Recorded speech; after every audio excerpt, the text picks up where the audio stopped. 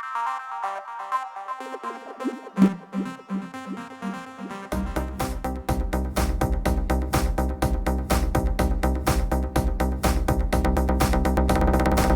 the space city called Houston, Texas, welcome to Spaceboy Universe Podcast, featuring Spaceboy and the lovely Surlana. So strap in and prepare for launch sequence.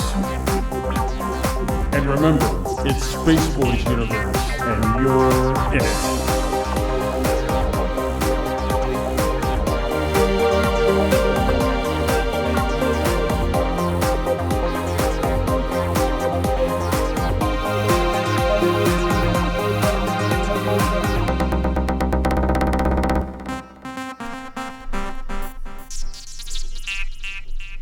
Good evening. Welcome. Greetings, everyone, from Spaceboy Labs. I am your host, Spaceboy, and to my immediate left is Surlana. Say hello, Surlana. Sup? Hey, good. How you doing? Sup? All right. Tonight's show is 007, a little James Bond action there, and we're going to be covering aliens and the Skinwalker Ranch. You got your notes ready? I do. I've got one person saying they refreshed, but nothing's happened. You might want to try to direct them if they're having some trouble with the Spaceboy Universe site to go ahead and... This is on YouTube. On YouTube. I'm showing live. We need to get this kind of worked out again. Do you have any sound piping on their end? It could be like a delay of some kind. Okay. So once again, here we go. It's our normal start the universe with... I'm in the chat in YouTube next to the live stream, which I didn't know existed until a couple days ago. And have you tried piping up the sound to see if we're getting some sound out of I muted all the sounds so they wouldn't disturb. And once again, we're F5. going through checking the... live stream is starting soon, and I see the thumbnail, which will take you to episode 6. Okay, and that's not the right one. Right. So go ahead and go to the link to the YouTube channel. That's where I am. The YouTube channel. Because it looks like it's... Oh, I see. God dang it, there it goes again. When you clicked on the live 006, does it even come up? So you may click on 006? Yes. Well, that goes to 6. It does say live next to it. Can you play that? You mean unmute? Yeah. See if there's something coming out. Yeah, that's apparently what the deal was. All right. So I am making an adjustment here on the fly. I'm live on 06. Yes, that is correct. Let's see here. Live stream. She says she can hear. Okay. But for how long? Well, this person is also drinking Baileys. So, I'm not, but you told me I couldn't. That explains earlier when I was trying to do the test for... getting to find you on the thing. I couldn't find you because it was trying to do 6. You know, one of these days I'm going to get this event thing plugged in correctly. Let's talk about that afterwards because I'm curious to know. Yeah, so anyway, so we're live, and live shows, you know, as they say, crap happens. So, Surlana, if people want to follow us or become... I guess we're going to tell them that they can follow us on Twitter at the Spaceboy Universe, or excuse me, at the SB Universe, and they can follow us as hashtag SB Universe, and questions, if you do have questions, that's hashtag SBUQ. Now, my favorite part of the show is, hey, Surlana, if they want to become a friend of the show, what do they need to do? Well, once again, I am taking personal donations directly into my bank account, but I'm pretty sure it's not what you mean. Are there other places out there in the universe that they can follow us? Well, I'm guessing you're hinting around social media. Well, social media does include Twitter, but do we not have a Facebook place that they can go to? Oh, you know what? I didn't put the Facebook in my text file here. Well, while she's trying to figure that out, yes, you can find us on Facebook. It's Spaceboy Universe for Facebook. Well, also we've added Instagram today, so we'll be pushing out pictures as the time goes on Instagram. And on Instagram, it's just all one word, Spaceboy Universe. Awesome. Now, let's say you want to contact the show or contact one of us. It's quite simple. To contact the show in general with general information and all that good stuff, it's contact@spaceboyuniverse.com. If you want to get a hold of me, my direct email is spaceboy@spaceboyuniverse.com. And if you want to contact Surlana about the show as far as the inner workings, or just want to contact her and say, hey, you're doing a great job over there, right? Shake your head, yeah? Anyway, I think so. I mean, that's completely up to someone's interpretation. She can definitely use a pick-me-up email, and you can do that through Surlana@Spaceboy Universe. Almost at the music. So much out there. Spaceboyuniverse.com. That's Surlana@Spaceboyuniverse.com. I just typed Faceboy. Thanks for that. So, real quick, just want to remind everybody, tonight's the big night as we go past the midnight hour at 2 a.m. to be in fact, that you're supposed to fall back an hour for your time. Now, of course, if you're in some state like Arizona that doesn't listen to the time change thing, don't worry about it. I admire Arizona for doing that. Just let's pick a time frame and stick to it. Well, I think at one time Texas had mentioned doing that too, but it just kind of... I don't know why we didn't do it. Went into the wind, but I would just love to get rid of this time thing. I know that it was during the war, that World War II, that they decided to do this time thing so that we could maximize the hours that Americans could work for the war effort, but... quite frankly, we don't need it anymore. No. I would love to just... I want the time that lets me get home before it gets dark. Mm-hmm. Maybe that is the time we're going to... I don't know. I'd rather drive in kind of darkness in the morning so I don't get my eyes lasered out by the sun and have just, the afternoon drive, where I do have some, more time to the light. So that's definitely something to remind everybody that set your clocks back, fall back an hour. So that's an extra hour of sleep that Surlana will get to have. I know she's shaking her head. She doesn't believe it. It's not enough. I mean... It's a fantasy, isn't it? Yeah, it'll never happen. Not with you in the room. So get this. In the news, I was reading that... there was supposed to be this big rock that looked like a skull. They were calling it, I guess, the Big Pumpkin, I guess in honor of... What? Yeah, I know. It was this week that, so like all these things that they are coming to Earth. Hey, by the way, we got this big rock coming. We'll see you later. I'm confused. The Great Pumpkin's coming as an asteroid? What? So there was supposed to be this asteroid that was going to come by Earth about 1 o'clock Eastern Standard Time, but didn't hear anything else on it. So I guess we're still here, and...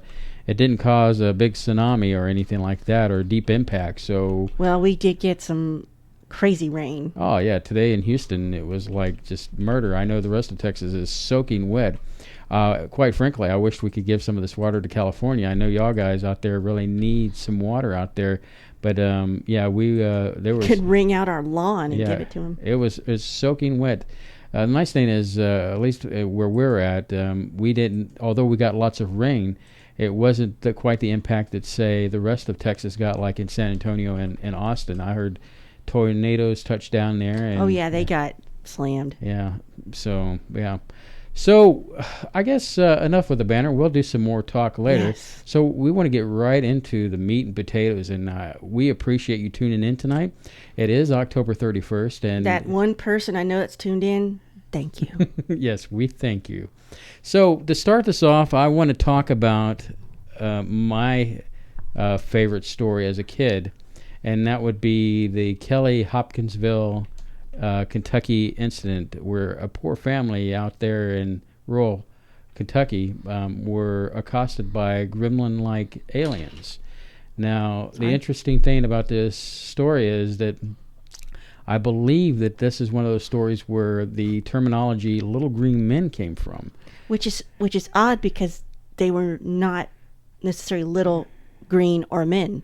Right. Well, the aliens were about 4 feet tall, but they were more silvery in the way they looked. But that's the 50s. That's that's the nomenclature of the time. They called every alien little green men. Interesting thing on that, Surlana, is that when you look back through history, this is not the only time in history where terminology has come up for ufology. When you go back to when Arnold, I just slipped my mind his last name, but he's the one who spotted the UFOs over Mount Rainier as one of the first UFO sightings, and he described them as saucers skipping across a lake. And so get flying. And so that's where we get the terminology flying saucers. So it also starts somewhere. It all starts somewhere, and in this case, little green men. It is where we get this from. This took place back in the 1950s, Mm-hmm. and so during that time, you had a lot of things. The American culture was into the phenomenon. It's the atomic age. It was the atomic age. You had all these wonderful B movies that were coming out in the theater, but there were aliens and Russians and communists and yes, oh my. It was a lot of things going on during the 50s, right before the 60s came up. But I have a treat for you because I have taken the opportunity to record a little story that goes along with this. So we'll go ahead and play this, and when we come back out of it, we'll take a quick break, and then we'll talk a little bit more and possibly go into the Skinwalker Ranch, which I'm dying to hear Surlana's take on that story. So sit back for an interesting tale of the Kelly Hopkinsville incident.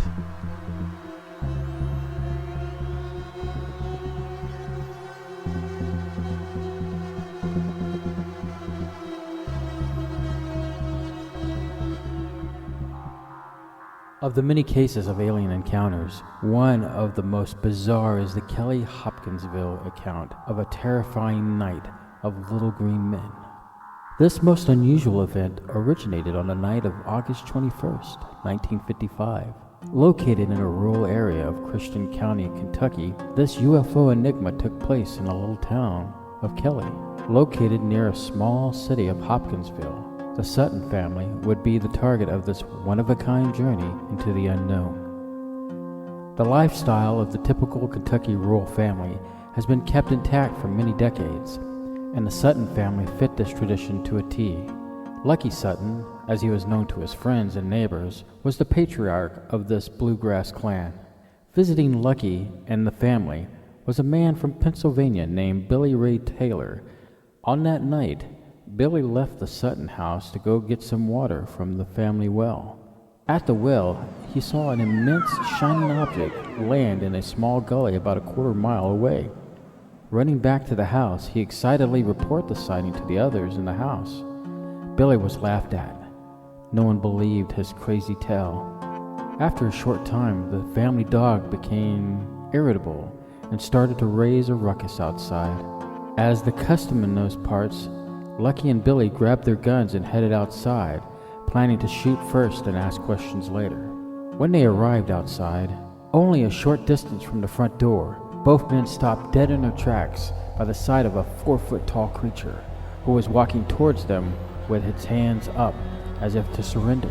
The most bizarre creature would be described as having large eyes, a large mouth, large ears, thin short legs, and hands ending in claws. Frightened by this small goblin-like entity, Billy Ray fired a shot with his .22 and Lucky unloaded with his shotgun. Both men admitted later that there was no way they could have missed that creature at close range, but the little being just did a backflip and ran into the darkness of the woods. No sooner than the men re-entered the house before the creature, or another one like it, appeared in the window. They took a shot at him, leaving a blast hole through the screen. They ran back outside to see if the creature was dead, but they found no trace of it. Standing on the front porch of the house, the men were terrified by a claw that tried to reach down and pull one of them up. Again they shot, but the being just simply floated to the ground and scurried off into the darkness of the woods. The two men sought protection of the house only to find themselves under siege from these little men. For a time, the entity seemed to tease the family, appearing from one window to another. Taking potshots through the windows and the walls, their weapons seemed to be totally ineffective against these beings. After several hours of fear, the Sutton family decided to make a break from the house. Family members took 2 vehicles to the police station in Hopkinsville. and reported their strange tale to Sheriff Russell Greenwell. Finally, persuading the policeman that they were not joking, the authorities agreed to visit the Sutton house. Arriving at the farm, police found no traces of the creatures, but they did find numerous bullet and rifle holes in the windows and the walls.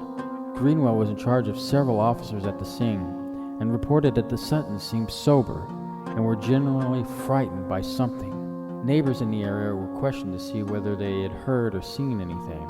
They reported that they had seen strange lights in the sky and also heard the gunfire off in the distance. Exhausting all efforts to find the origin of this strange report, the police left the Sutton place at 2:15 a.m. As soon as they did, the creatures made their return. They began peeking in the window, seemingly out of curiosity. More gunfire took place, but again without any effect. Several more hours of antics followed, finally stopping just before daybreak. The police were finally persuaded to call in the Air Force personnel the next morning, but a new search brought no results.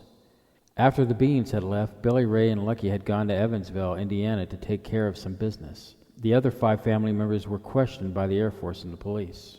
On August 22, 1955, the Kentucky New Era newspaper carried the story of the events. Naturally, the initial public opinion was that the whole story was a hoax.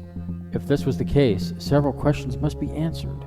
Why would the Sutton family make up such an incredible claim? They made no money from the story and did not seek any publicity. Why would they shoot holes in the walls of their home, causing financial drain on the family to repair the damages? Including Billy Ray and Lucky, 7 adults were there to witness the events. All of them, when questioned separately, gave the same story. Also, sketches were made of the beings, and they depicted the creatures in a like manner. A year after the events, the case was thoroughly investigated by Isabel Davis. The witnesses' stories had not changed. As the years rolled by, the accounts of the Sutton family stood firm. No evidence of this hoax has ever been brought forward.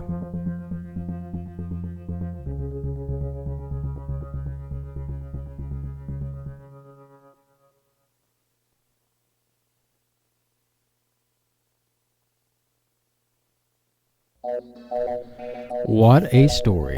And when we return, we'll be talking a little bit more about that and the Skinwalker Ranch. Stay tight, it's a short break, but we will be right back for more October 31st broadcast.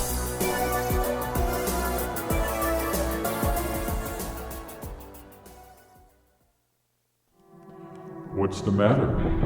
Can't sleep? Did you hear that? What's that in the shadow in the corner? Is it moving? Is it someone? Is it something watching you? We'll chase away the boogeyman with Spaceboy Universe.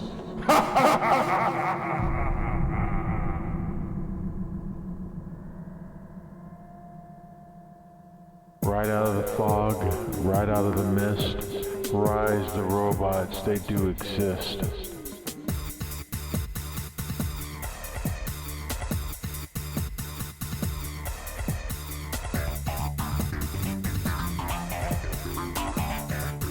To call in and talk live, dial 713-701-5214. You're listening to Spaceboy Universe, and here's your host, Spaceboy and Surlana.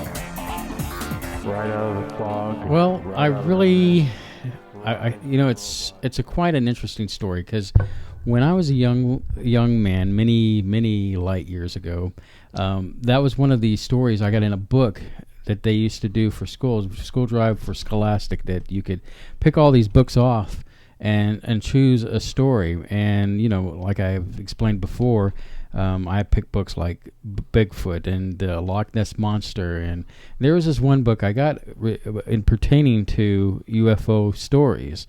And that particular story of the Kelly Hopkinsville incident was in there. And I remember that it freaked me out as a kid. Mm-hmm. Now, How old? Do you remember? I must have been about 7. Yeah, I can see how that would. Back in the 70s. Now, that's also the same time period that you have like Travis Walton's story coming out. As a kid, I remember seeing that. And I've had discussions with you on this subject before, where I guess it was that time in my life. And then you had the movie Close Encounters. You know, I went to go see that. So I don't mind saying that there are times when it's hard to listen to say to like when we listen to Jimmy and there's movies about it's about the alien hunter, you know, or talking about the Travis Walton story, that it just gives me a little panic attack. For those who don't know the Travis Walton story, if you ever seen the movie The Fire in the Sky, that was loosely based on his experience. They had a kid from E.T. in it. He was more grown up by then. Mm-hmm. So yeah, so basically, it was one of those stories that that you know pretty much freaked me out as a kid, and so to this very day, it's one of my top favorite UFO stories that I like to you know go over every once in a while. And we watched a video, you know, doing a little research. You and I watched a video on it. It was a reenactment. It's pretty crazy, and the things I saw about it, which kind of just like made me go, ugh, whatever, is one of the explanations they were trying to find. What could this be other than the crazy explanation that happened? One of them suggested it was might be the great horned owl, and they showed a picture of the owl because the owl has those ears. They said this creature had like strange, wide, bat-like ears, and you saw a picture of that, and I saw a picture of the owl. I'm like, these do not look anything like each other. Well, to tap into what you're just saying there, you have the gentleman who opened up fire on the beans. You would imagine once the police came out there, they would have found evidence of feathers blown everywhere because of this. Owls do not glow silver. Yes. In the dark, much as I think that would be cool for the owl's PR to do that. So, and to my knowledge, owls don't have. Well, I guess they have. Do they have talons? I guess they do. Yes, it biggins. Yeah, really but they don't have claws like a hand situation, right? They not like was described by the people. That's the point I'm trying to make. Really, but these were like really long. They said longer than our fingers. Right. And the way when I look at the pictures and it was described further that they look a lot like goblins. To be honest with you, they don't look like the typical grays. Yeah, they call them that. They don't look like the typical grays that we've seen with the black. These are almond very eyes unusual, and I've never heard anyone describe an extraterrestrial like this, like in this case. A one of a kind. But then I've not heard them all. Right. Out of the many stories I've read, this is one of those unique cases where the aliens described were not your typical aliens that we've seen. They were not and reptilian. They were not the grays, the tall ones, the mantis. You know, the different various of races that you do hear. And they verified that the family, nobody in the family was drinking or partaking of any illicit substances. They were quite sober. Yeah. They were all, in charge of their faculties. It was men, women, children. So it wasn't just a bunch of uneducated people. Well, at least they had the common sense at some point to say, let's get the heck out of here. Yeah, let's get the cops out of here. I mean, they literally loaded up 2 cars to get out of there. What I find crazy is they get to the police station and they, beg them to come back, and they do, and they start checking around, and there's nothing to be seen. Nothing's going on. It's like these little critters knew, and they're like, right. well, let's just wait for everybody to calm down, and then they came back. Mm-hmm. So, and it's also interesting to note that that these families all described these beings and sketched out the beings, and they were very consistent. Yes. They showed the sketches, and they were almost dead on with each other. That's another thing I like about the story is that you have a whole good family, good cooperation, and the fact that the consistency over the years of what has been reported from the family members have never changed. They've never faltered in their description or the experience of the thing that happened that night. And and then what got me is like this is where maybe the first instance where the media gets a hold of it, and the first thing they do is they start getting the facts wrong. Right. Little green men. Of course, that, like you said, that was prevalent during the 50s. Everything.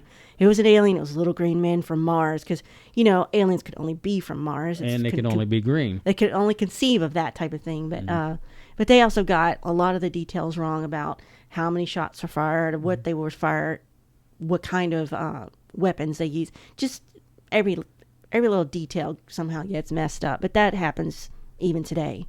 unfortunately. Another thing I found interesting in the story is that when they talk about shooting the aliens, it was like shooting a tin bucket? tin bucket, yes. It like pinged and ricocheted ping, and ding, and smelled metallic-y sound. right, and I do believe that at some point later on, they did find some evidence of some green glowing substances, but unfortunately, by daybreak or the next day, it had just disappeared altogether. So, no telling. Now, I did go on to watch a video in reference to this, and I believe it was one of the Suttons took one of the eldest boys, and they went to the gully where supposedly the ship landed, and they were able to find spots where depressions in the land where the UFO landed.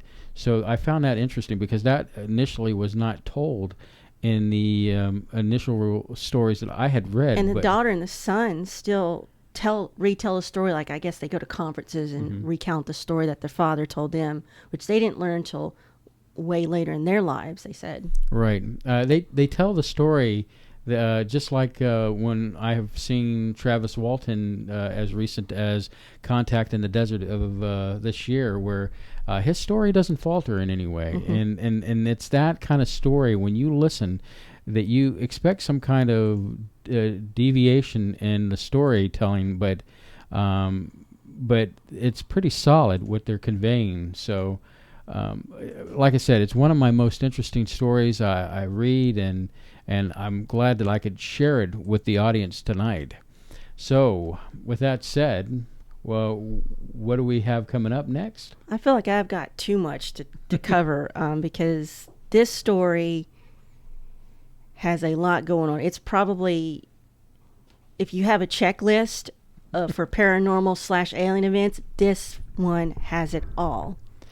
It's a story that I have to take point on. This one is that I was listening to Coast AM, and George Knapp was, I guess, pushing this book called The Skinwalkers, the Skinwalker Ranch, which I'm holding in my hands right now. Indeed, she does, with a pen and a yellow fluorescent marker somewhere around here. But the story of this ranch is so interesting, so involved, and so many things that have happened. Took place over many years. And it goes from being part of the paranormal to a rich businessman coming in and buying the property and all that good stuff. But I can't give it really much justice, so I'm going to hand it off to Surlana to start it up, and at some point we'll take a break, and we'll continue on. So, Surlana, what? She's excited over there just to talk about this story. She's got tears coming out of her eyes. No, I'm giving him some hand gestures, not rude ones. I'm just trying to communicate with him non-verbally. Anyway, you want to just get into it? Yeah, sure. I can't wait to hear what you've got to say. But before you do, there's nothing that makes me more happier than when Surlana reads a book and then she conveys the story to me, and meaning I explain it to him so he doesn't have to read it. She has quite the storytelling abilities, and I think she uses her degree to such a degree that it makes me happy. If you're done buttering me up, okay, we'll get on with it. Right. Actually, I feel bad that I'm just retelling this story that probably everybody knows. It's on other podcasts. It's been well covered on, like you said, on Coast to Coast. But, if this is supposed to be Halloween, supposed to tell a story, I don't have any personal stories. I've never had a spooky experience that happened to me. I've had a very sheltered life, which has been a good life, but nothing really remotely interesting happens to me, unfortunately. So, what about when you married Spaceboy? We're going to get into that because let me tell you how this ties into why I picked this story. Okay, I moved to Texas in 2004, and there's more to this story. Mm-hmm. But you said we'll save that for the end. Mm-hmm. That's our personal horror story, maybe at the end. Your personal connection to the actual Skinwalker story. Well, it's a peripheral. It's like you know how people say this play is off Broadway. It's kind of like that. So when I moved to Texas in the fall of 2004, I was just trying to get a job, any job, to establish some recent work history. So I did temp jobs, and one of the do anything for money temp jobs I did was going to this place and cleaning up around this office and cleaning the restrooms and outside and everything, and this was down in way South Houston. Not how many miles would you say it's from Johnson Space Center? 10? About 10, 11 miles. Very easy commute. Yeah, not where we're living now, but that's where I picked to live. So I had met, as you call him, Spaceboy by then, and we were dating. So I started to work at this place called Bigelow Industries and did this little temp job.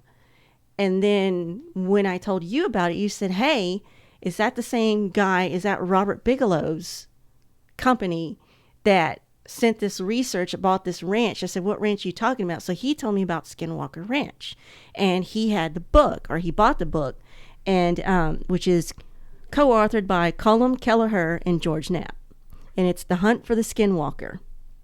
So I read it, and I was like, this reads like H.P. Lovecraft, but modern. So I picked that, and I'll just kind of briefly run through the major things that I personally found freaky, and then I would like to read you a particularly brief excerpt that I found crazy. Before you get involved in that, sure. Do you want to take a quick break and then we'll go down? Sure, I kept wondering when you were going to do that because I didn't want to go too far. Yeah, we're close to the bottom of an hour. We'll go ahead and take a break while Surlana refreshes her palate with a quick drink and sports drink. Yeah, sports drink. So we'll be right back. I promise that the commercials are short and sweet, but it won't take long. So enjoy, and we'll see you on the other end.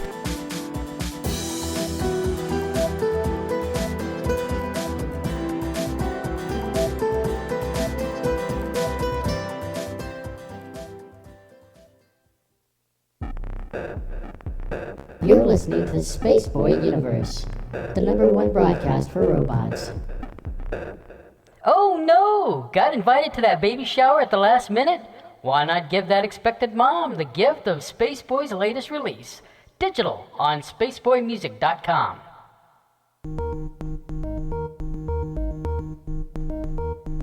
To call in and talk live, dial 713-701-5214. You're listening to Spaceboy Universe, and here's your host, Spaceboy and Surlana.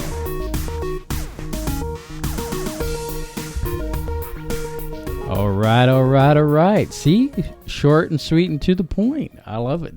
So we were talking right before the break about Skinwalker, and Surlana has made a list, checked it twice, and I have extensive notes. And she's got extensive notes, and that is one of the many reasons I love this gal. She knows her research, and people know it. What an odd reason to love someone. Well, it's just one of many because, without you... I'd like to discuss that later with you because it's the first I'm hearing of it. Well, I don't try to boost your ego because, there's only room for... I don't have the issue with ego that you do with, like, the head exploding and the obsessive behavior. I know. It's a big universe, and I've got to fill it with my ego, so... But I know, and that's why I'm trapped in it. So. With that said, All right, let's get into it. Get into it. What is the Skinwalker Ranch? I know there's at least one person listening that may not be as familiar as these hardcore people we know. So, Skinwalker Ranch is a nickname given to this property located in a rural area of northeastern Utah, which is about 150 miles from Salt Lake City. This ranch, notably, is surrounded by the Ute Native American Reservation. Now, the Utes have this idea of a skinwalker, which is like a witch or an evil entity that these natives believe walks the land because a curse was placed on them by the Apaches. So supposedly this ranch is in the path of the skinwalker, and you get all these insane events happening.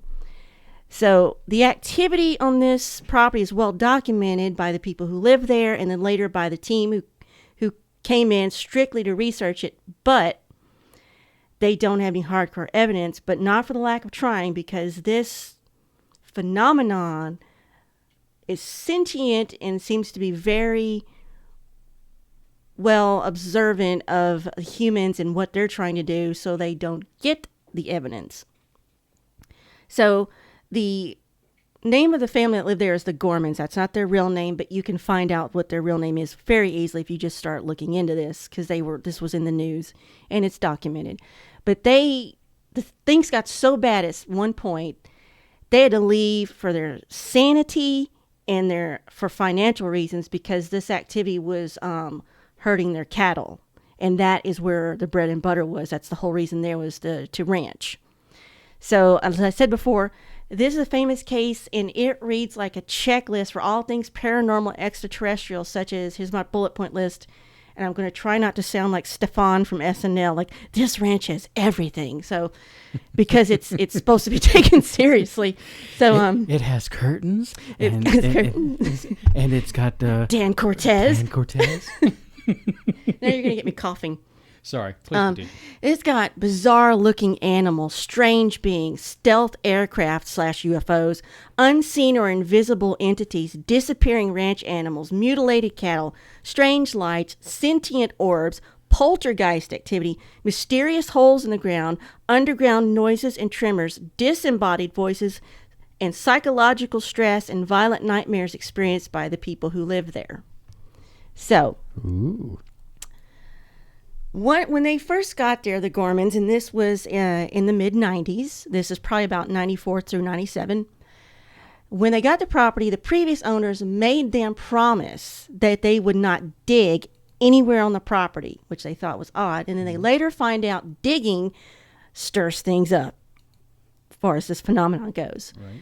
So the second disturbing aspect about this is, the house for the ranch was dilapidated and had been abandoned for a while. So they go inside and they look, and on the inside doors of the house, there are bolts on the inside, and there are bolts on cabinet doors, which is very freaky. Later, they found out why. Now, this story, when Kelleher or Knapp starts to recount it, or anyone else, any other podcast of his, they always start with a bulletproof wolf. So I'm just going to kind of gloss over that, because I found some other things more interesting. But this is the strange thing about this is they were, the wife, Mrs. Gorman, was coming into the ranch one day, and she has to get out of the car, open the gate, and then, close the gate, get back in the car. And that's when she first saw it. And this thing was as tall, its back was the same height as the top of her car. Later, they see this wolf creature, and they're outside, they're over there by one of the pens that have the cattle, because they just offloaded some cattle and some calves. So this thing just strolls up on them all casual like, just trots up to them, lets them pet it like a domesticated dog. And they're like, this is pretty strange, but let us pet it. And then it very casually trots over to the pen where a poor little calf had its little nose sticking out between, the slats, grabs the calf by the nose and tries to yank it through this fence. Well, this is where the bulletproof comes in. Mr. Gorman shot this thing point blank with a .357 Magnum, didn't phase it, didn't stress it out. There was no blood, no bullet holes, nothing. So he goes and has someone get him a hunting rifle, and they point out that Mr. Gorman is a big game hunter. He's not just shooting blindly in the wind. He's shooting at point blank. So this thing finally lets go, but strolls off very casually. It's not hurt. It's not bleeding. And they track it all the way through some mud, and they go through the mud, and they see its tracks just stop as if it vanished into thin air. The tracks don't go one way or the other. So they always start with that story.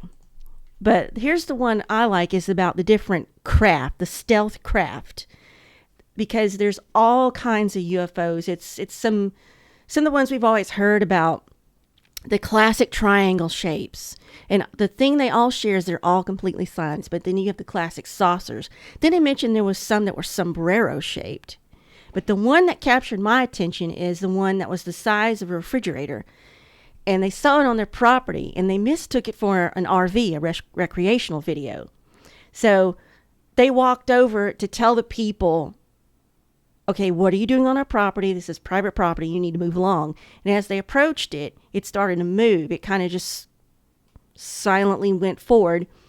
And they had to crawl over a fence to get on with getting toward it. And so as they crawl over the fence, they said there's a red light on the front and a white light on the back, or vice versa. It just started lifting up off the ground, and it just floated away. Did it disappear or just fade or what? I think it just kept on going until they couldn't see it anymore. But these were, so to me, these weren't just unidentified flying objects. To me, these were unusual flying objects, and they didn't always come from the sky.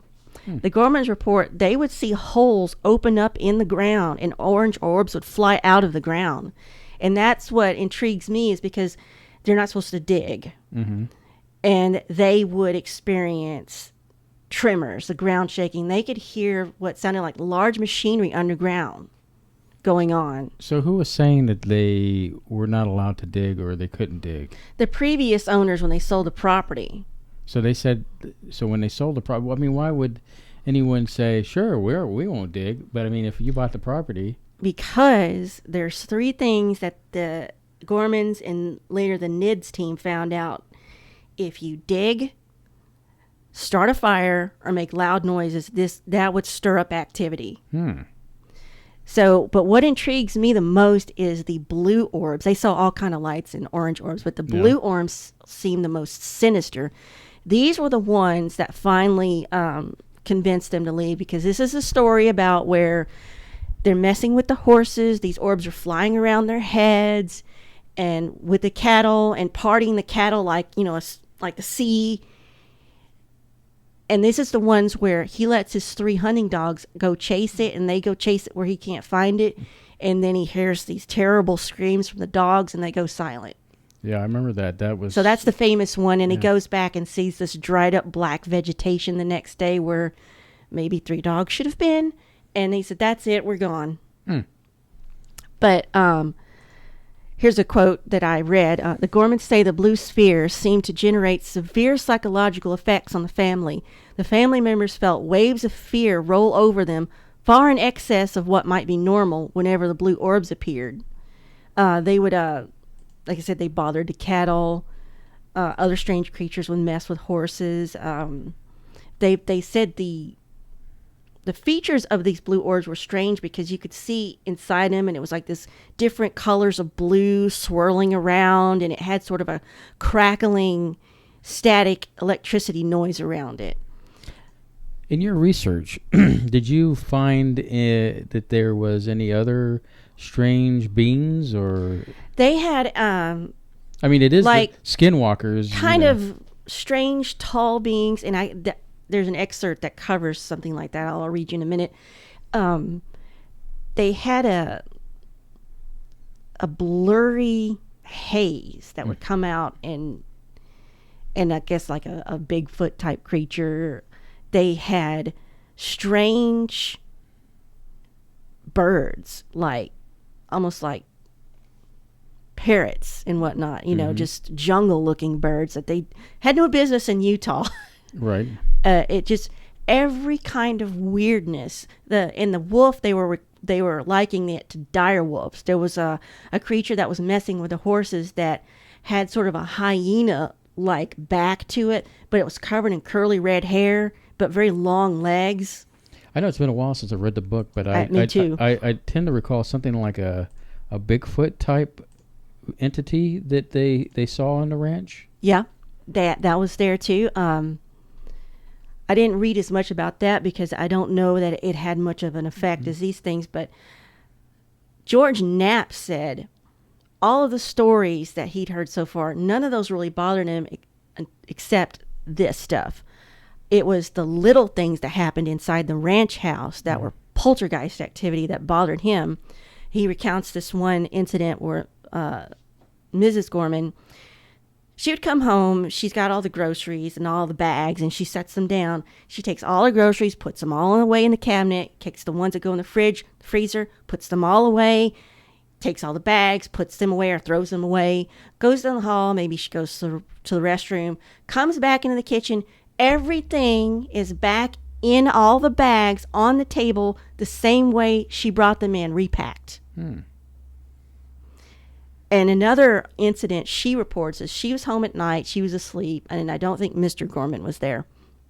So she wakes up out of sleep in her bed, and she sees what looks like is being projected in her room, a man in a military uniform wearing some kind of mask. I don't know if it's surgical or I don't know what's protective or what.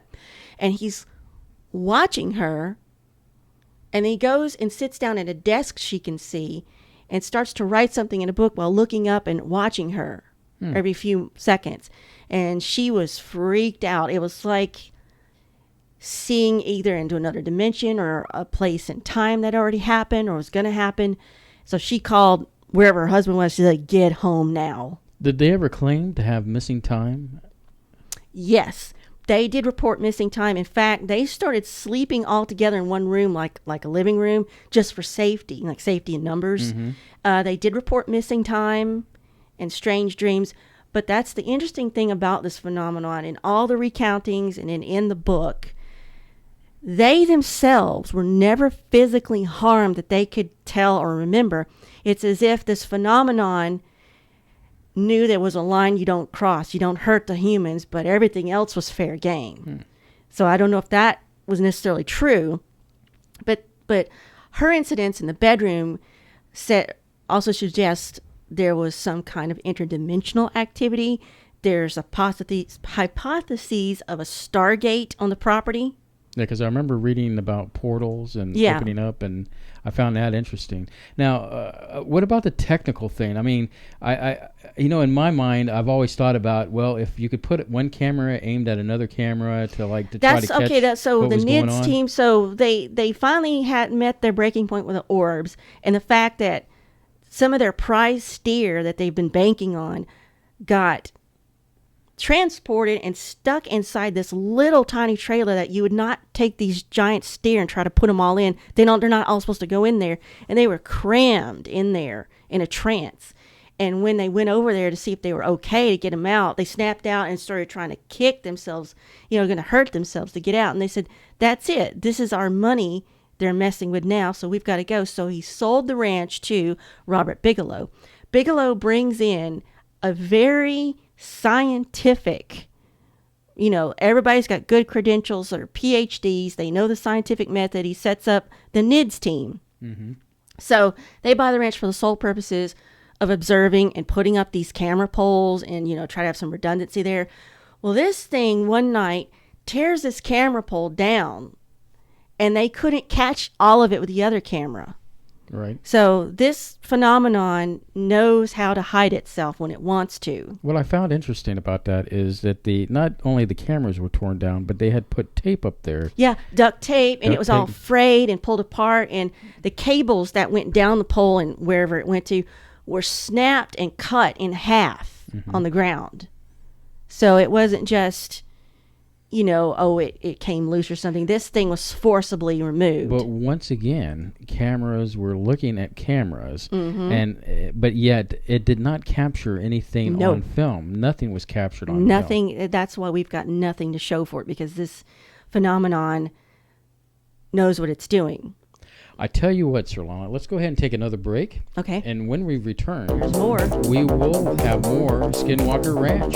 So keep yourself planted, take a drink, and you know what I mean, Gene.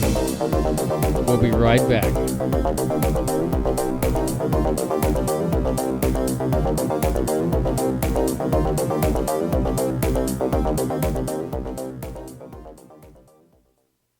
Are you feeling isolated by society? Don't fit in well at parties? Fellas can't get the attention of a girl? Ladies feeling self-conscious about your looks? Well, congratulations. You've made an important decision to change your life today. SpaceboyMusic.com has affordable music to help you feel confident, well-adjusted, and important. Choose from 18 albums worth of uplifting and inspirational music. Go to SpaceboyMusic.com now.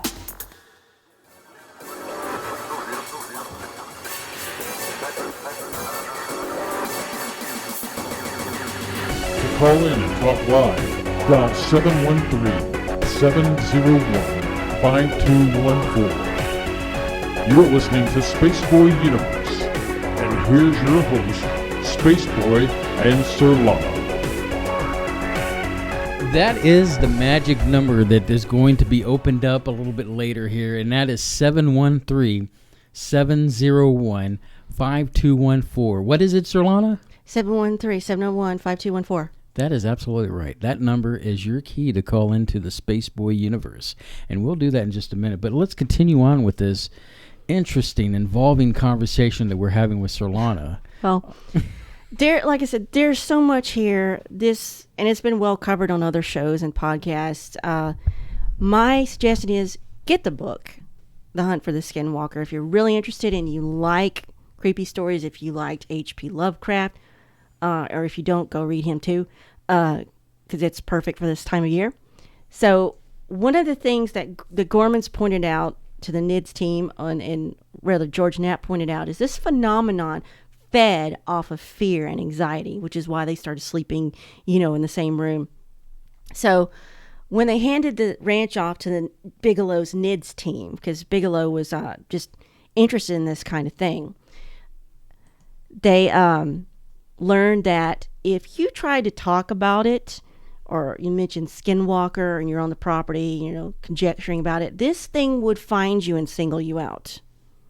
And Knapp didn't really go into great detail there, but Knapp went there himself after they, sold the ranch and the NIDS team came there. Mm-hmm. They learned how to, like I said, how to stir up this activity. They said they learned it was if you set a fire, or if you started digging, or if you made loud noises. Well, one night they did all three. They set up an earth moving machine and they dug on the property. They lit a bonfire and they had a bunch of noise. And he said, boy, did that stir things up. So, but they still couldn't capture any evidence because, again, this entity, or phenomenon rather, knows. Knapp went there himself to use himself as bait, and he stayed out all night. Mm-hmm. Just for the purposes of witnessing. And he said he and Bigelow were the only two people who never got to witness anything when they went there, because this phenomenon seemed to know, oh, well, here's two important people, let's not do anything. So it knows when somebody's there to get evidence. But now the NIDS team that stayed there for a few years, they did have experiences, but they did report there was no pattern to these events. There was like, on this night this would start and then this would start. It was just random craziness at random times. And this phenomenon always outguessed them.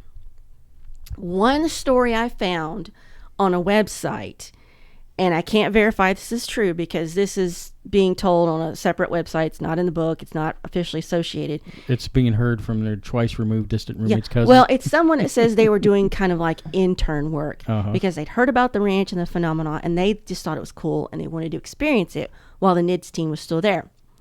So this person chose the jobs because they wanted to see something strange. And of course, they stayed there and worked on the ranch so long, never saw anything. And this person's job was to help take care of the dogs and get them in the kennel at night. So he followed standard procedure one night. He got the dogs put up in the kennel, and he comes into the NIDS trailer, and the procedure is you put the key to the kennels on the desk. He did that. So after he did that, they saw a bright light start shining into the kennels. Finally, something happened for this person. So he and a NIDS team member ran outside to this light, and the light came over them. Now, the other NIDS team member was frozen in place. He couldn't move, or he wouldn't move, and he was not making a sound. And they don't know for how long this happened, but when the light moved on, the team member was really shaken. He turned around and talked to this intern, and he said, they were communicating with me.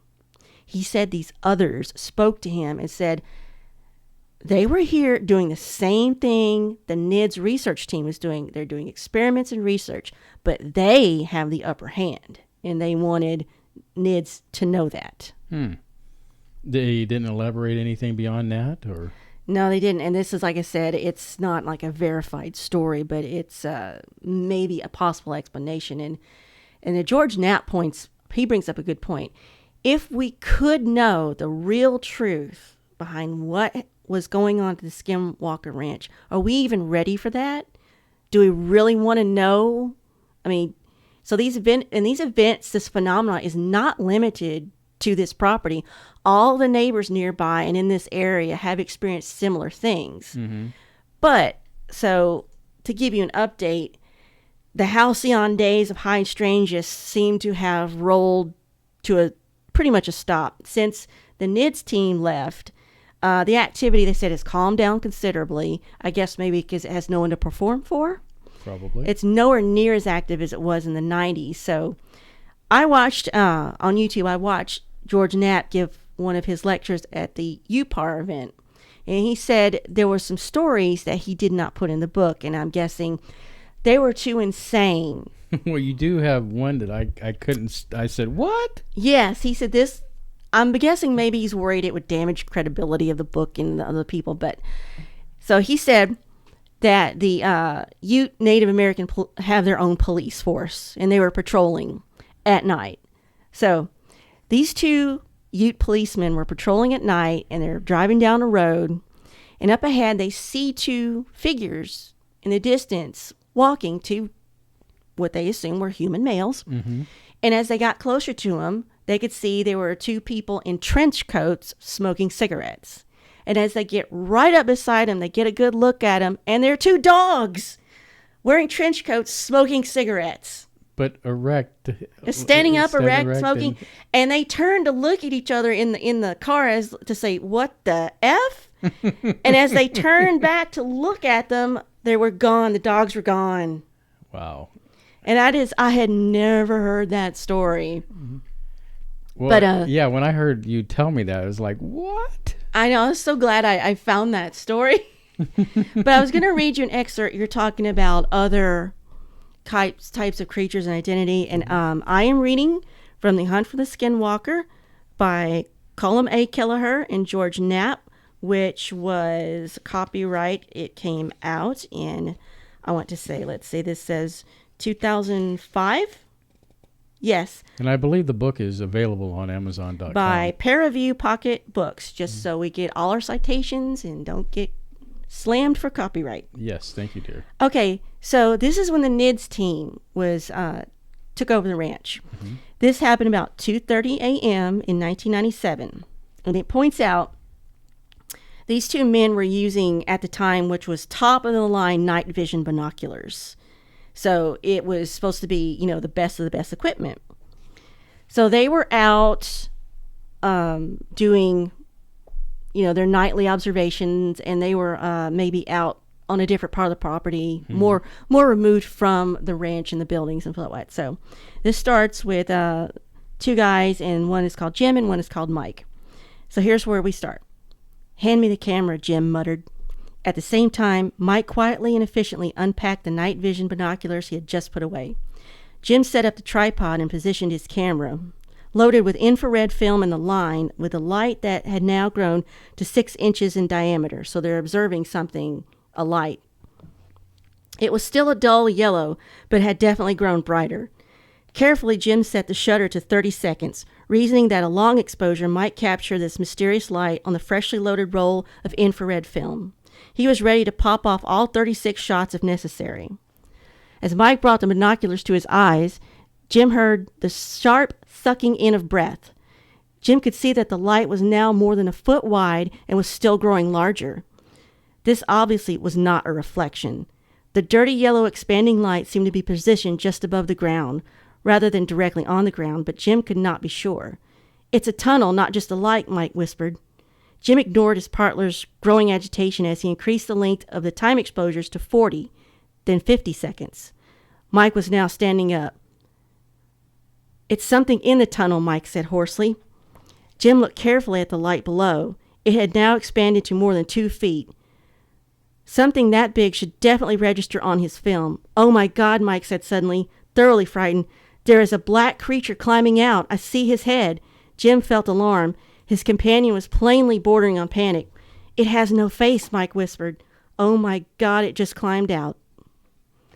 So there's one of the recountings of what they saw of one of the many strange creatures, which is, again, this goes back to this could be interdimensional, this could be a Stargate.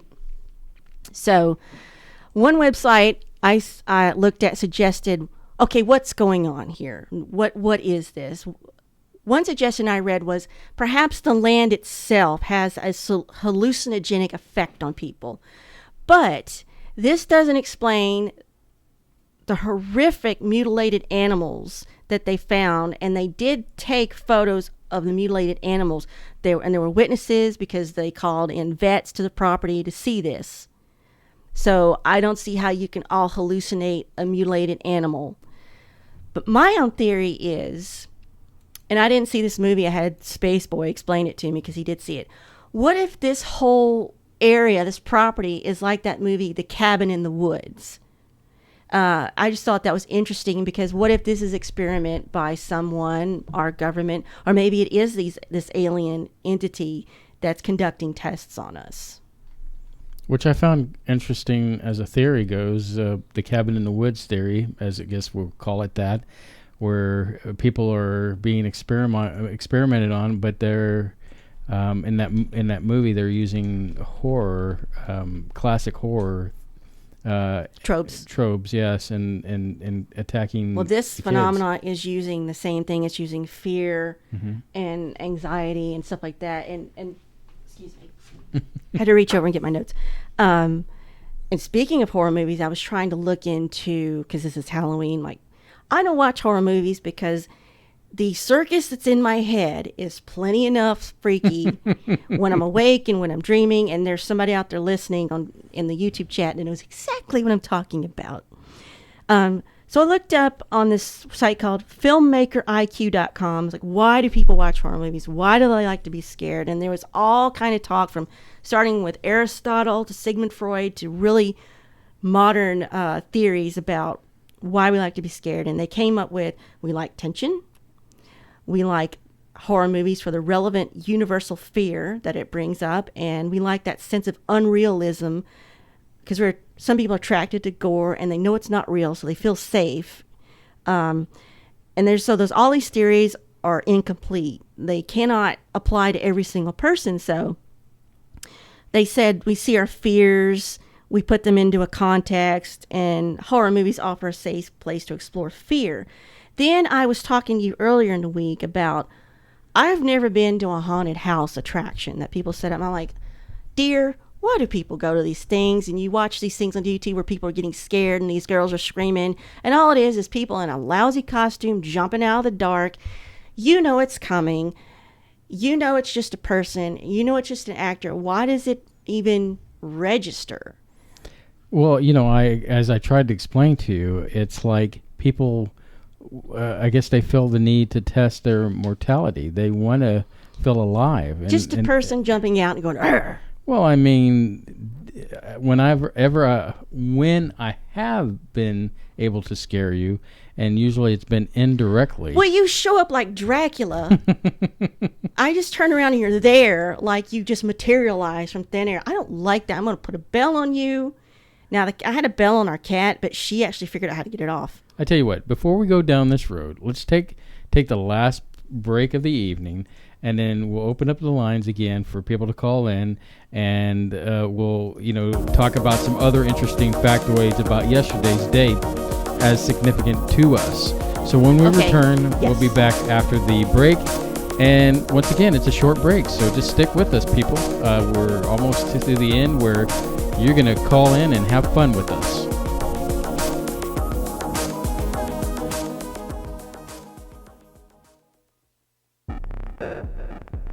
You're listening to Spaceboy Universe, the #1 broadcast on Omicron Persei 8. They say in space, no one can hear you jam.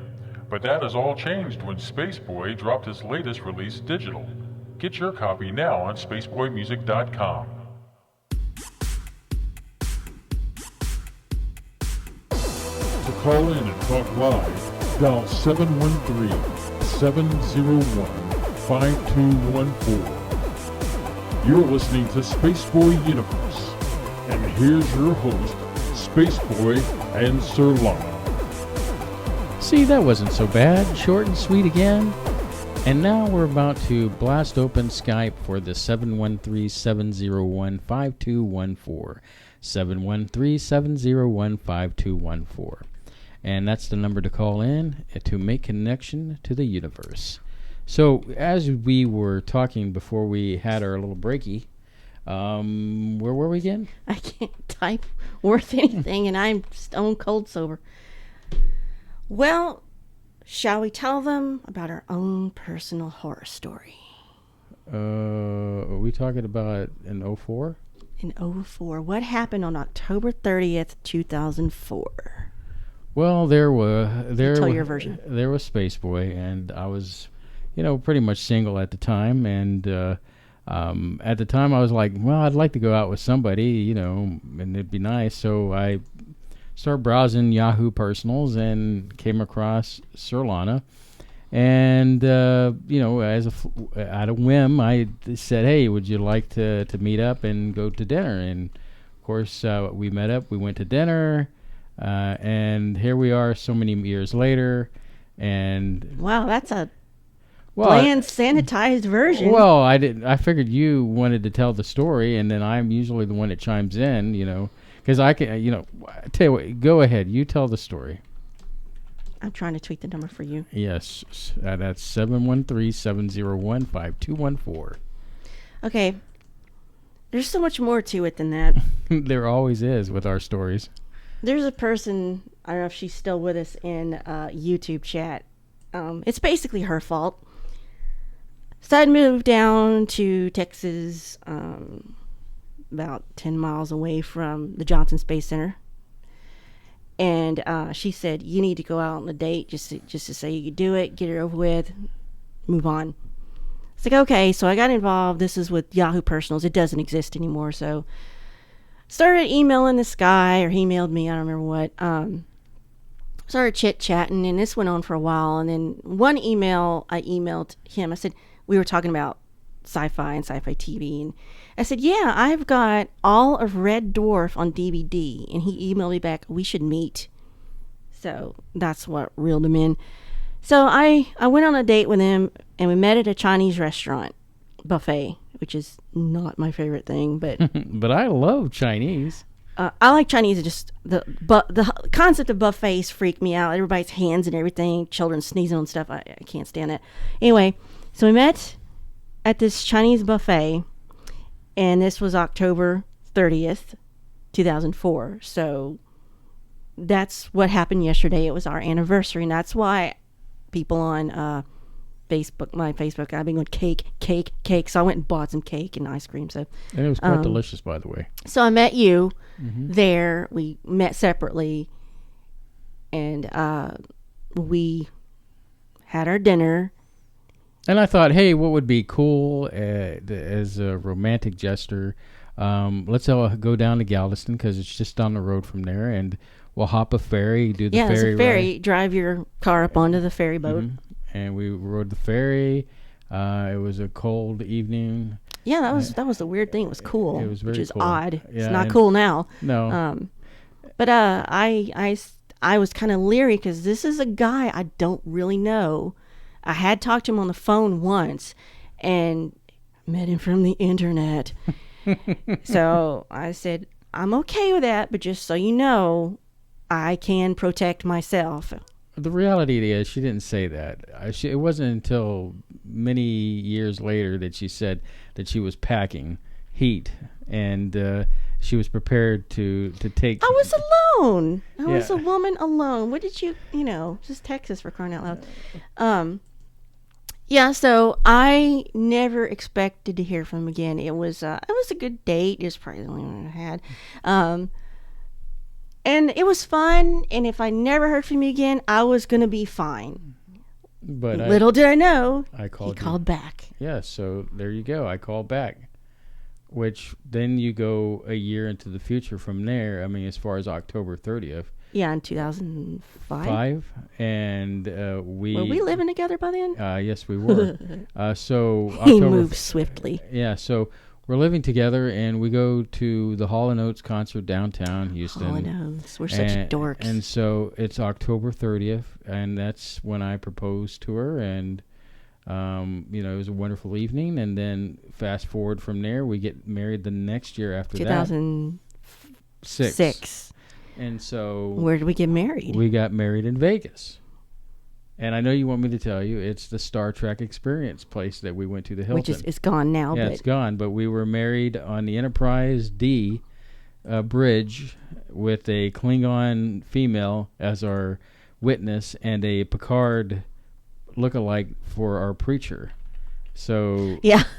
The funny thing is that I had just, I guess weeks and weeks before this, I said, well, why don't we get married at the Star Trek Experience, and I didn't expect her to say, sure, why not? No, I'm pretty sure I suggested it, and you jumped on it because you thought that was cool. No, I mean, this was definitely my I really idea. think he married me just so we could get married there and say it was cool. No, I just knew it was cool, but I didn't think she would actually go along with it. But long story short, I did enjoy that, though. Yeah, we did have a good time there. I mean, it was not the marrying part, everything else we did.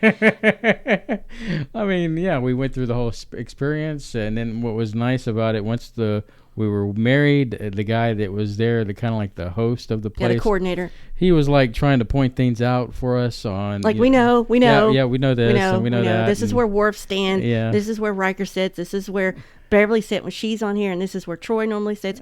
And because we were the last wedding of the evening, like at 6 or 7 at night, there was nobody else coming in. They were going to close. They let us run around the whole recreated bridge. And this everything, is Enterprise 1701D. This is TNG Enterprise. Yeah. And so it was an experience that will never be forgotten. No, and never be replicated because it's gone. Replicated? That's nice, yeah. Yeah. So, yeah, that was our story, and we're sticking to it. So, what else?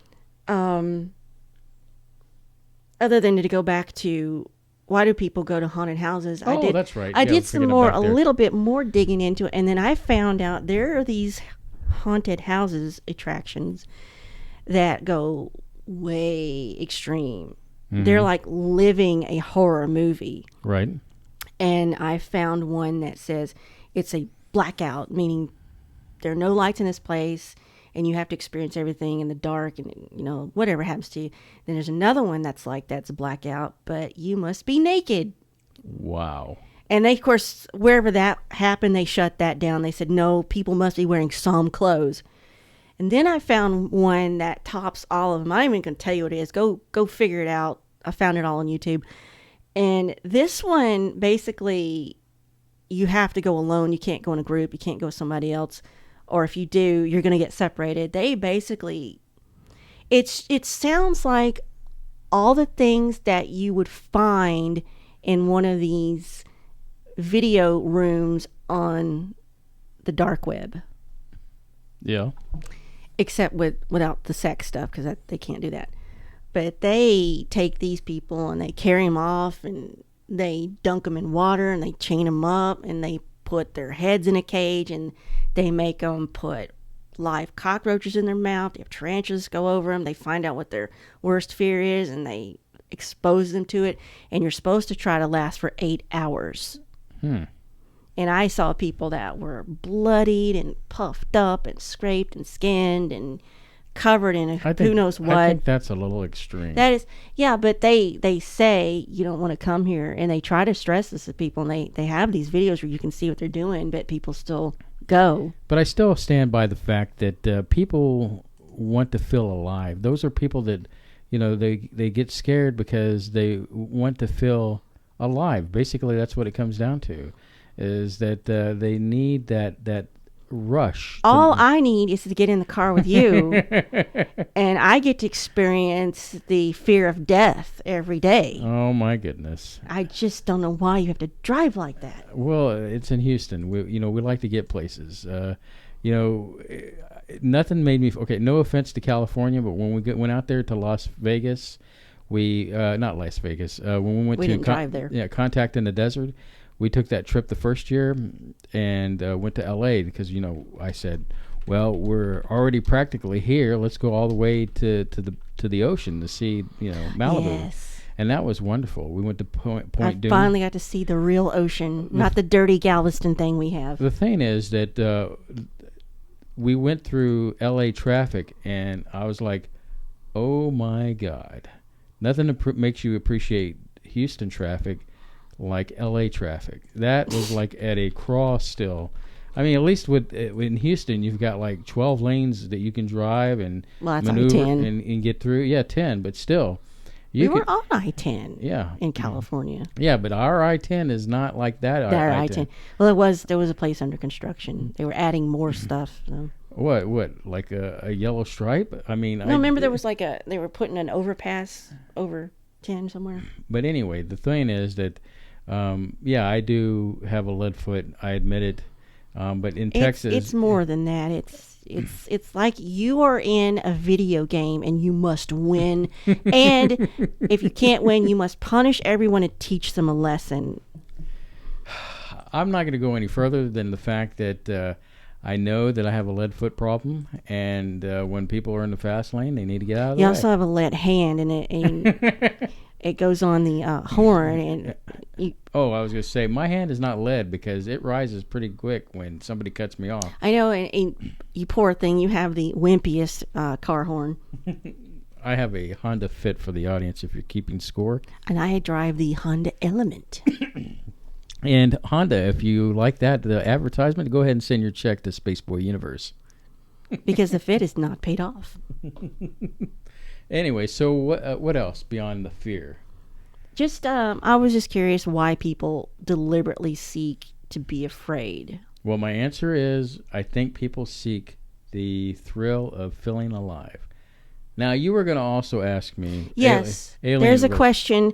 I keep asking you this every few months, years, Mike, and I don't feel like I get a definitive answer from you. And this goes back to the first story of the evening.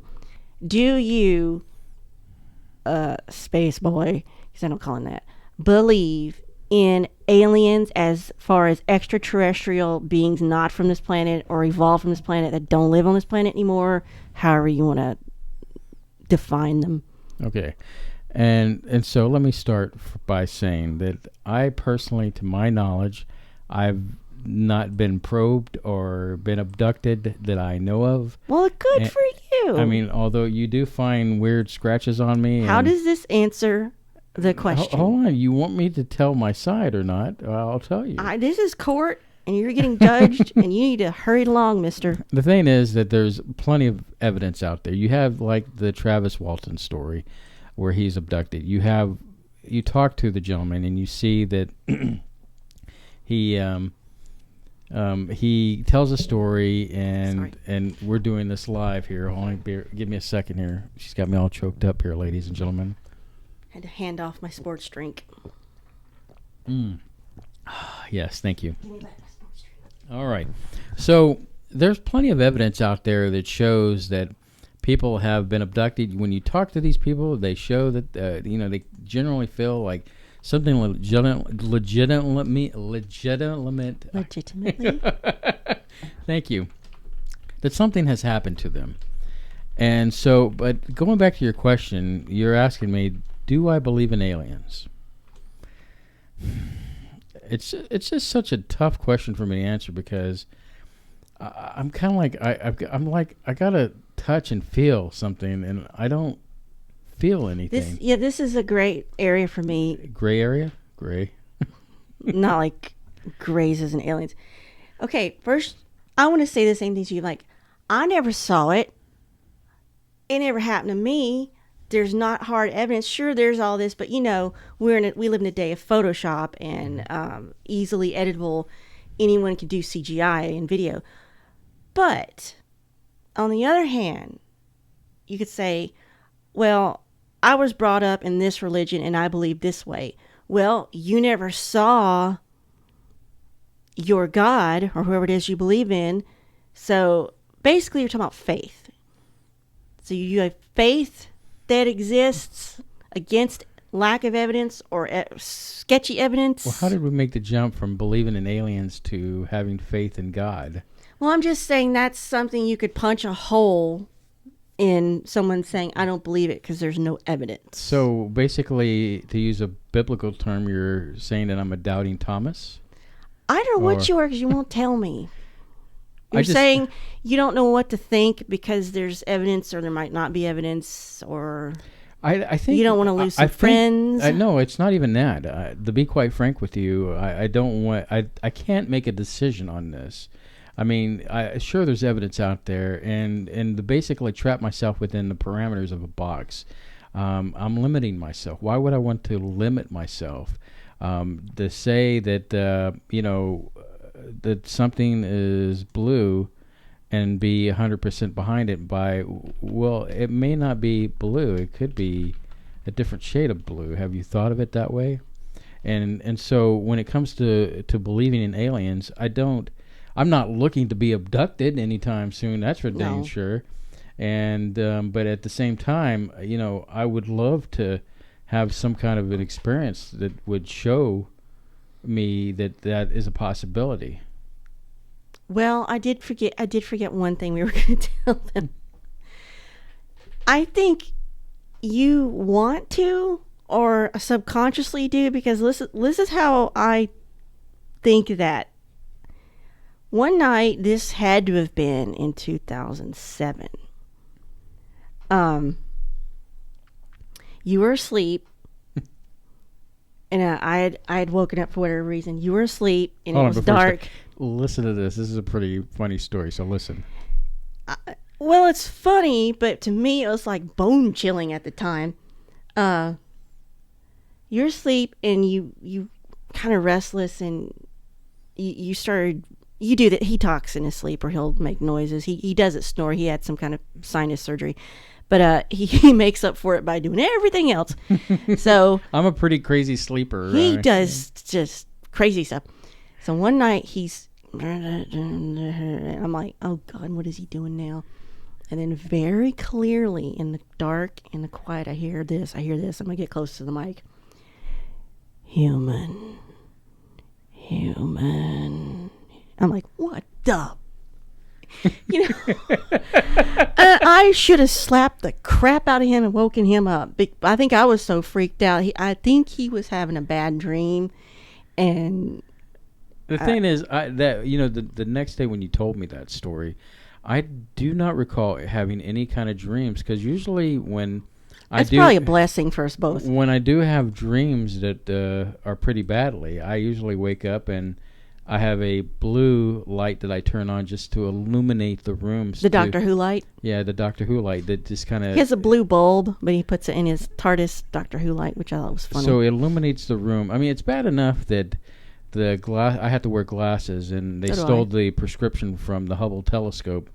But I mean... I'm worse than you. So, yeah, I don't recall anything from that, waking up and having like an alien dream or a monster dream, or the extent of my dreams are, what really throw me in a tizzy is the alien dreams, and I dream of drowning and being eaten by a shark. That's like another dream I have that's fairly regular. Oh, sweetie, that's so tame.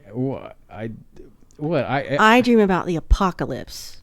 I mean, I nuclear war. The impressions I get from your dreams is that you're like living a 9 Inch Nails video. Yeah. It's edgy. I don't enjoy it either. It's pretty dark. So you have my dreams that she pretty oftenly describes them as, okay, yeah, that's nice, dear. But my dreams are, I'm like Sarah Connor and a nuclear bomb has gone off and I turn to ash, and yeah, it's kind of like that. So I mean, I also dream about heaven and hell, mostly hell. I had a dream about hell. I still remember it. It's pretty vivid. But I really think that my imagination fuels my dreamscape.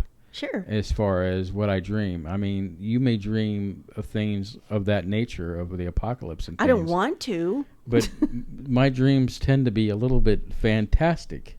a little bit extreme. Like I remember a dream I had once where I was in black and white, of all things. The dream was in black and white. That's pretty cool. Oh, it gets better. As I started to walk over this hill, everything was in color. It was like a line that once I crossed from this black and white, You went into Oz. it was something like that. It was, where a crossover from black and white to Technicolor. That's cool, though. It was one of the most fascinating dreams I ever had. And it's one of those ones that I can never forget because it was so fantastic. But once again, I think that my imagination plays into what's upstairs. And I'm trying to constantly, and I think I overthink a lot of Do things. you have nightmares or scary or disturbing dreams often, or you just get over it and move on? Or No, I don't. I mean, I would love to say that it's from a night I might eat something bad or certain foods, and I've never kept track of what triggers off these dreams, like an alien dream, or I tell you what, it's usually I will possibly have a bad dream if I'm listening to something really good, like from Jimmy or from another show or something to that effect, and it really ties into I have to literally stop what I'm listening to and listen to something funny to break up. I've noticed that if I fall asleep listening to something in the headphone, even if I'm asleep, it will come into my ear. I'm still hearing it, and it will influence the dream. And lately, I've been lucky. I've been very, very lucky. For several months, I've not been remembering my dreams. I think that can only be a blessing in my circumstances. So we've walked this miracle mile, if you will, as far as, do I believe in aliens?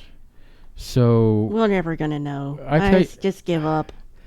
I think, okay, here you go. Yes, I do. And the reason being is it's a big universe out there.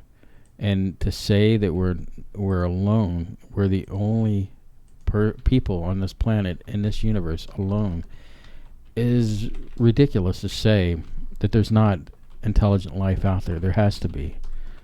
Now, whether they're next door to us in a parallel universe or across a great spatial wide area in like Zeta Reticuli, I don't know. I can't answer that. I don't have those answers. I can only hope that our journey as we go along, maybe with the Spaceboy universe, we'll tap into people we'll talk to, guests that come on, or even I'd our like audience. to talk to another person again someday. Yeah, that would be nice. That would be really nice. So, like now would be good. Well, if somebody would like to call in. 713-701-5214.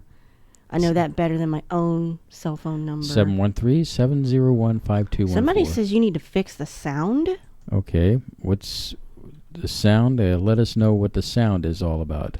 What is the sound issue? Please. Yeah, so there's a little delay there, so let us know. Well, I don't know. What else you got to say before we start heading down to the home stretch to wrap this up? Let me see if I missed anything.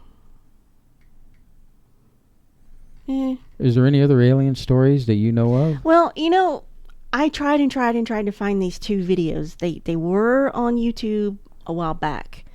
I don't know what they're called, but one of them I think you and I watched together at the time, and I can't remember when this was.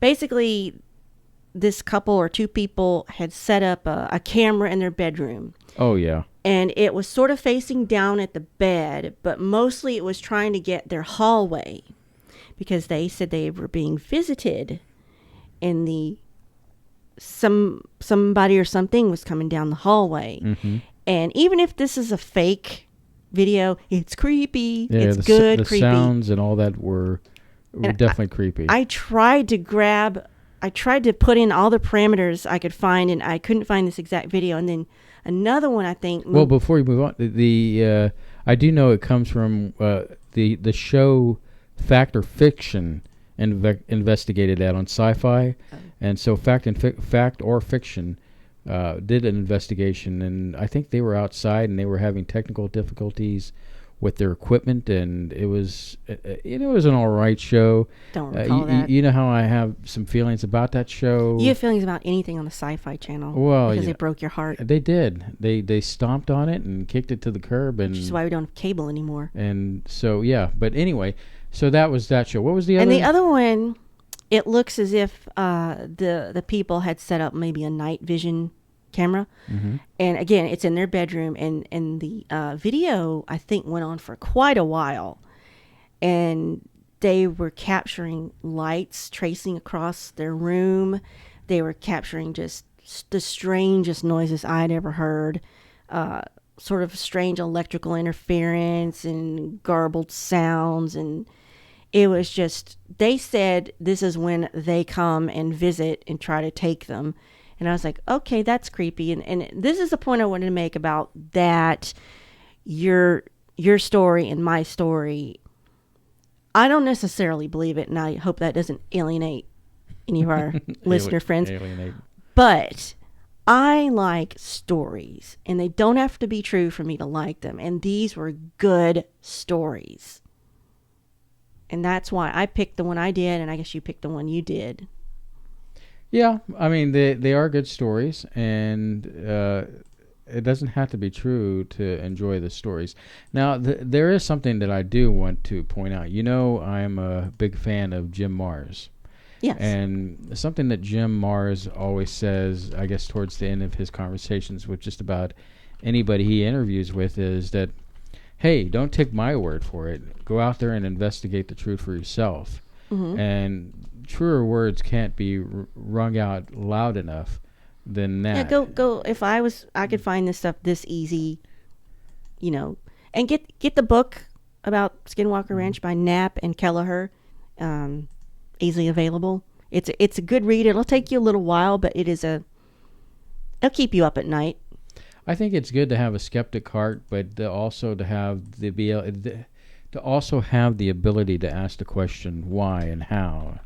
We should never outgrow the fact of asking the questions that make us wonder about the universe. So question everything, rebel often. Yes, indeed. So, Surlana, anything else? Mark Torana says right channel cut out, and somebody said left channel cut out.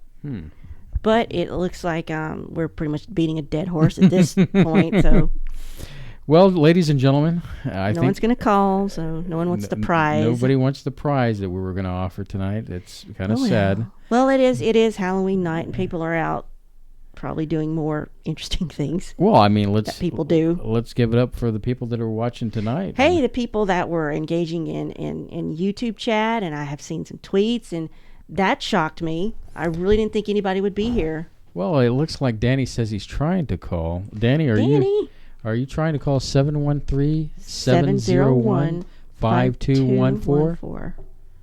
Let's see here. 4? He's saying wait. Okay, we wait. I mean, it's not like we got anywhere to go. We're already home. Yeah, it's not or anything to do. We don't. There's cake in the fridge that I am trying. I think I'm just gonna throw it away. It's evil. I'm trying to avoid it. Yeah. So I'm looking at the thing here, and I wonder why it's. Yeah, nobody is calling. Now, Danny, remember you got to dial 1 if it's a long distance number. I guess he would have to, wouldn't he? 1713. I know nothing about dialing long distances. I don't know why. Call people. Why we've been having these technical difficulties, especially the left and right channel thing. That I don't know. I've seen that come up when the post when I'm trying to, get the now upload. I'm over here. Now I'm over here, and now I'm in the middle. Mm-hmm. Let's see. No calls. Oh, well. Let me try one more thing here. I'll just go cry into our ice cream that I got yesterday. How was that ice cream, by the way? Holy cow. Not to product placement drop, but Bluebell is back. And we're not that far from Brenham, Texas, where it originates. And I got the Great Divide Bluebell, which is half vanilla, half chocolate. And I plopped that down. I took a sugar cone and beat it and crumbled it, put it over the ice cream, and then I took Hershey's double fudge over that, and then I took whipped cream from a can over that, and then over that I put some mini M&Ms, and it was just like I should have passed out. I think Leanne's trying to show off to you. Oh, wait, caller. Caller. Caller, you are on the air. Who's calling? Hey, this is Danny. Hey, Danny! How are Hey, you this guys. evening? I had to call you on the landline because I tried putting it in, and I don't have any Skype credits right now. And it's telling me I have to have Skype credits. So Oh, really? that's Well, why the call wouldn't go through. yeah, I guess How y'all doing? we're doing pretty good. I guess anybody can call from a landline Yeah, or if or you cell have Skype. phone. We just say Skype because that's where we're running the hot board on. And so, but yeah, we're doing great. How are you? Doing good. Good. Good to finally talk to you guys. Yes, it's about time. Yay! So, what'd you think of the show tonight? But it was a great show. Awesome. Awesome topic. Personal stories. Oh yeah. Oh that. Dan yeah, Cortez. The story Dan was, Cortez. That was a sweet story. Even the fact that you were packing, that was cool. Yeah, too. I'm Like still that. packing all the time. And know- it's going to be legal in January. Danny, I didn't tell the story that she's given me a free pass to leave at any time. Well, I can't say it's free pass, but she said you can leave at any time, but just know that if you're going out that door, I've got a bullet with each one of your knees with its name on it. So I think she's a keeper. Yeah, I think so. I would tear that pass up if I were you. Danny, do you have any Yourself. creepy Great person. stories or encounters or anything ever happened to you? You've seen anything? Well, yeah, that's weird. I have never seen any UFOs. No real ghost experiences. I had something happen when I was younger, but I was going to talk to you about the fear because I've always been Sure. into horror movies and just like that. I don't know if you're familiar with that magazine Fangoria. Oh, yeah. But That's they been around a while. yeah, that kind of stuff. I was into that when I was real young, and I'm not for any sick reasons. I just really enjoyed it. I worked at a video store, and my best friend and I, we watched a lot of, like Friday the 13th, the originals, the Nightmare on Elm Street, Mm-hmm. Texas Chainsaw Massacre, and stuff like that. So, yeah, I've always been into that. I'm not into the going into haunted houses and stuff like that. I don't really care for that kind of scare, but I do like being scared on a ride or trying to get scared on a ride. Do you get a rush off the with fear or? Yeah, I get a rush off the ride. Yeah, for sure. So, in other words, what you're saying is it kind of makes you alive, doesn't it? Yeah, exactly. And my next, what I've been wanting to do for a while is I want to skydive. That's my next goal. Oh, skydive. Oh. Well, that should be such a rush you should pass out. I've often thought about doing that myself, but I just don't. I don't think I can bring myself to the ledge just yet.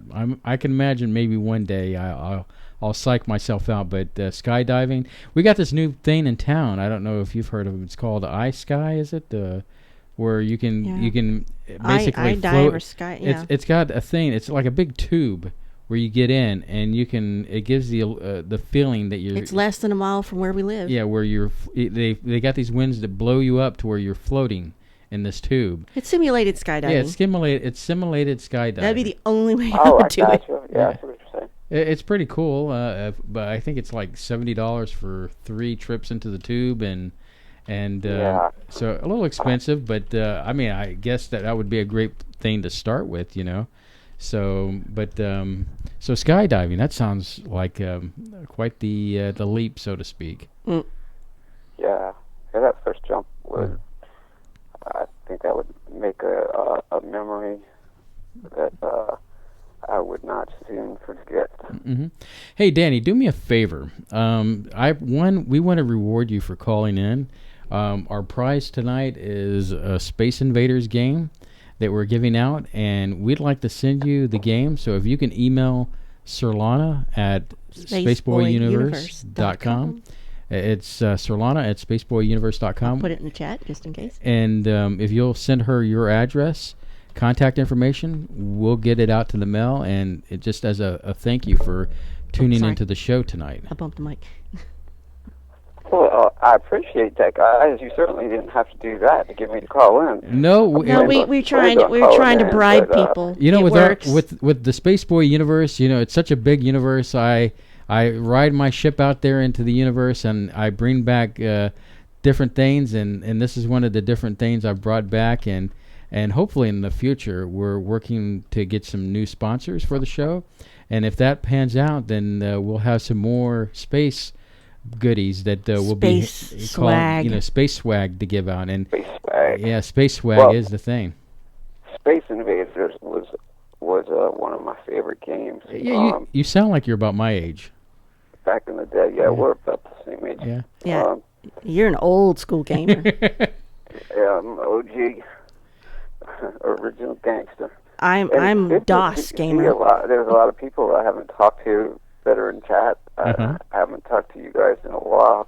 It's good to catch up with Gene and a few other people in there. Well, you shouldn't be a stranger anymore, because you know you're amongst a great community of followers of the Spaceboy universe and beyond. So you know you need to stay in touch and hopefully grow with the show, because like I said, you've known me as far as the music is concerned, but this is a new direction, and we're going. Sky's the limit on this. You know, we're shooting for the moon, but if we don't make the moon, we'll be amongst the stars, so to speak. Or we'll die in the vacuum of space. I know I'm in on the ground floor here. You guys are going places. You know, I know that for sure. Well, Danny, we appreciate you calling, and like I said, join us next week. We're going to be live again, and we expect you to call in and be a part of the chat session. And like I said, make sure to get your information to Surlana, and we'll get you that call-in gift, the Space Swag, to you as soon as possible. Yeah, I'll get you my Skype name, and that way I'll be a lot more clear, because I have a lot higher quality studio gear here. Awesome. Cool. Yeah, because Skype is wonderful. Yeah, so call. Don't be a stranger, and keep chatting with me. I'd love to catch up with you. Okay. Absolutely. Well, it's great talking to you. Thanks for. So glad you called. And it was a great show. And happy Halloween. Oh, you too, my friend, and we'll talk soon. We'll talk soon. Bye. All right. Take care. Good night. Bye. All right. I cannot post anything with a URL in YouTube chat window. YouTube just doesn't like you. So Surlana, it's what were you going to say? No, nothing. Okay. Nothing. I'm done. So we're done. I want to thank everybody for listening tonight. It's been a great show. And it's not a show without a sober show. Without you, the listener and the watcher. Eventually, this will go up to our SoundCloud account where all our podcasts go. So if you want to hear the repeat, it'll be there. And we haven't really decided for next week's show tweet that now. What we're going to do. So just look for the social media blast that we usually do throughout the week, proclaiming that this is our topic and deal with it. And so we will be annihilating social media when we figure it out. So on that, or suggest something. Yes, you can always suggest something. Like contact at Spaceboy Music, SpaceboyUniverse.com. We're out of here. Bye-bye, everyone. This has been Spaceboy Universe Podcast, produced by Spaceboy and Surlana. Check out Spaceboy on the internet at spaceboymusic.com.